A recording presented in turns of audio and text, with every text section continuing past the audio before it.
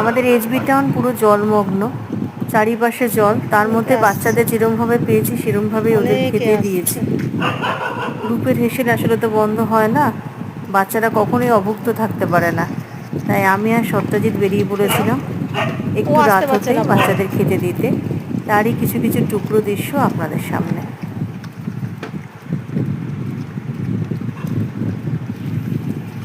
এই যে এখানে দেখছেন, এখানে 3জন বাচ্চা খায়, 3 থেকে 4জন, কিন্তু আজকে দেখছি এসে অন্তত 5 থেকে 6জন বাচ্চা রয়েছে।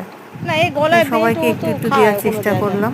আরেকটা ভাইকে পাচ্ছি না, তুমি এখানটাতে ছেড়ে দাও। হ্যাঁ, ছেড়ে দেওয়ার মতো গলায় ওটাও আরেকটা ভাই না, ওরা খাবে না। আরেকটা ভাই কোথায় তো? কি রে তোর আরেকটা ভাই কোথায়? আয় আয় আয়।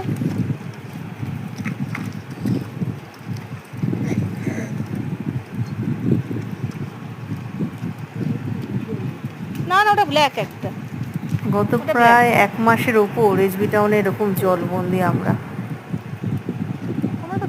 10 থেকে 15 মিনিটের বৃষ্টিতেই আমাদের এরকম চারিপাশে জল হয়ে যায়।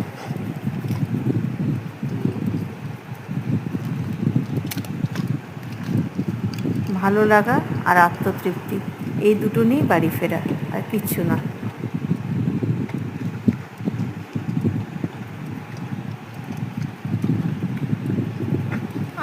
তুই খেতে পারছিস না, দাঁড়া।